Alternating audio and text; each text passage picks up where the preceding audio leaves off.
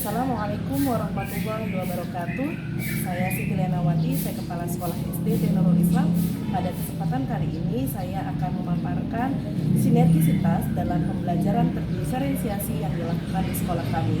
SD Nurul Islam adalah salah satu sekolah di daerah Jakarta Timur yang memiliki 329 siswa, 25 guru. Pembelajaran yang dilakukan di sekolah kami sebelum kami masuk sebagai sekolah penggerak angkatan 1, rata-rata guru-guru hanya menuntaskan buku paket saja.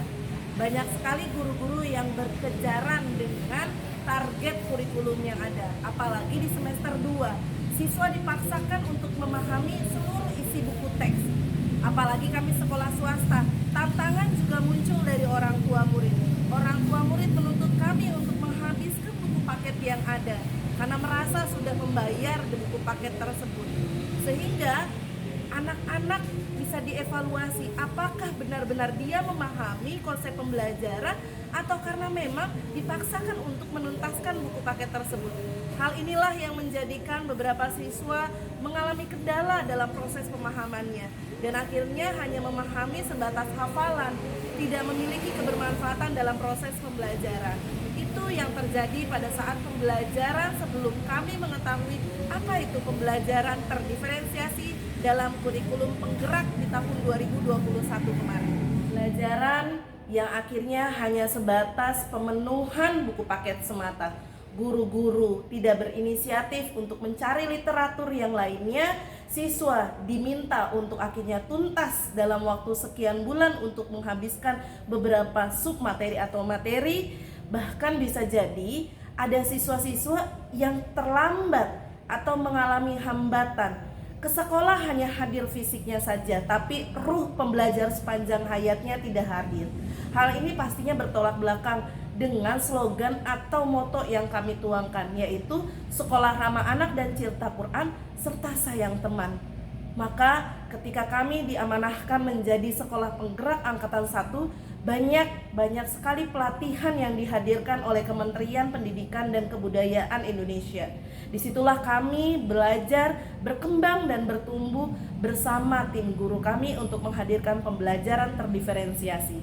Lalu pembelajaran terdiferensiasi seperti apa yang dilakukan di SD Nurul Islam? Ada beberapa langkah yang kami lakukan dalam sinergisitas pembelajaran terdiferensiasi yang dilakukan di sekolah. Yang pertama adalah pembelajaran berbasis proyek.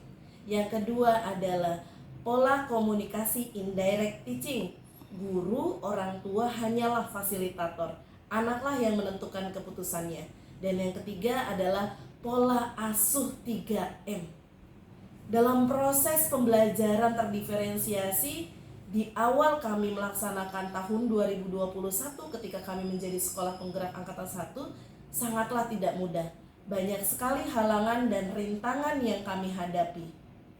Dari internal guru sendiri, paradigma, cara berpikir guru-guru yang tadinya pembelajaran hanya berbasis satu buku paket, sekarang kita bersama-sama belajar untuk membuat modul ajar yang memang terfasilitasi seluruh karakter anak. Guru-guru mencoba melengkapi modul ajar yang ada melalui beragam literatur yang sudah disediakan oleh tim sekolah. Banyak juga guru-guru yang akhirnya menentang terdiferensiasi ini. Karena kenapa? Pastinya guru-guru harus membaca setiap individu anak. Guru-guru harus cermat melihat dan menangkap potensi yang dimiliki anak. Hal ini bisa jadi akan menjadi kerjaan tambahan bagi tim guru. Di sisi orang tua merasa akhirnya apa yang didapatkan melalui pembelajaran berbasis proyek? Bagaimana caranya? Apakah materinya tidak tertinggal dengan sekolah-sekolah lain? Akhirnya ada pembanding orang tua antara sekolah penggerak dengan sekolah non-penggerak. Di siswa sendiri yang terbiasa akhirnya pembelajaran di dalam kelas hanya berbasis buku paket, mengerjakan soal, mendengarkan ceramah, bertanya-tanya, loh sekarang kita tidak mengerjakan buku paket Bu, sekarang apa yang kita kerjakan soalnya? Ternyata banyak hal yang akhirnya harus kami mulai saat pembelajaran terdiferensiasi. Pada kesimpulannya, pembelajaran terdiferensiasi sangat dibutuhkan saat ini. Dan untuk kedepannya, dengan pembelajaran terdiferensiasi, sekolah akan aman dan nyaman bagi anak-anak untuk belajar. Peran penting orang tua dalam mendampingi proses terdiferensiasi itu sangat diperlukan. Dan guru-guru harus melihat segala potensi yang ada, terus berkembang dan belajar untuk sama-sama melihat semua potensi terkecil yang dilakukan oleh siswa. Dengan pembelajaran terdiferensiasi, siswa akan tumbuh dengan kepercayaan dirinya, karena setiap anak adalah unik dan setiap anak akan diapresiasi dengan keunikannya. Mereka kelak akan menjadi pemimpin bagi bangsa dan dunia ini.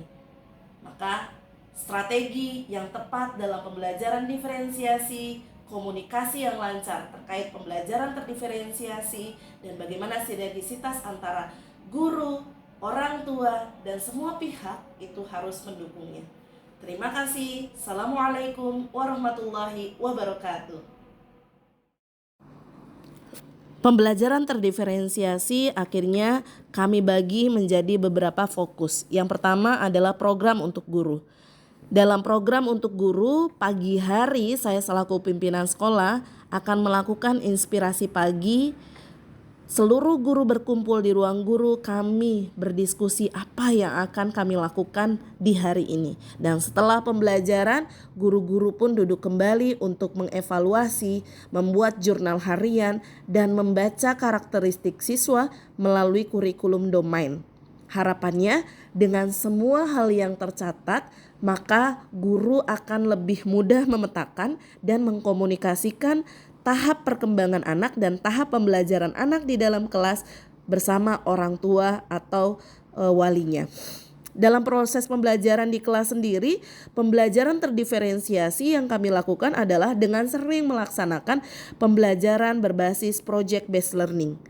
Salah satu contoh yang akhirnya saya bisa berikan adalah pembelajaran di kelas 5, yaitu tema anggota tubuh dan subtema sistem pencernaan.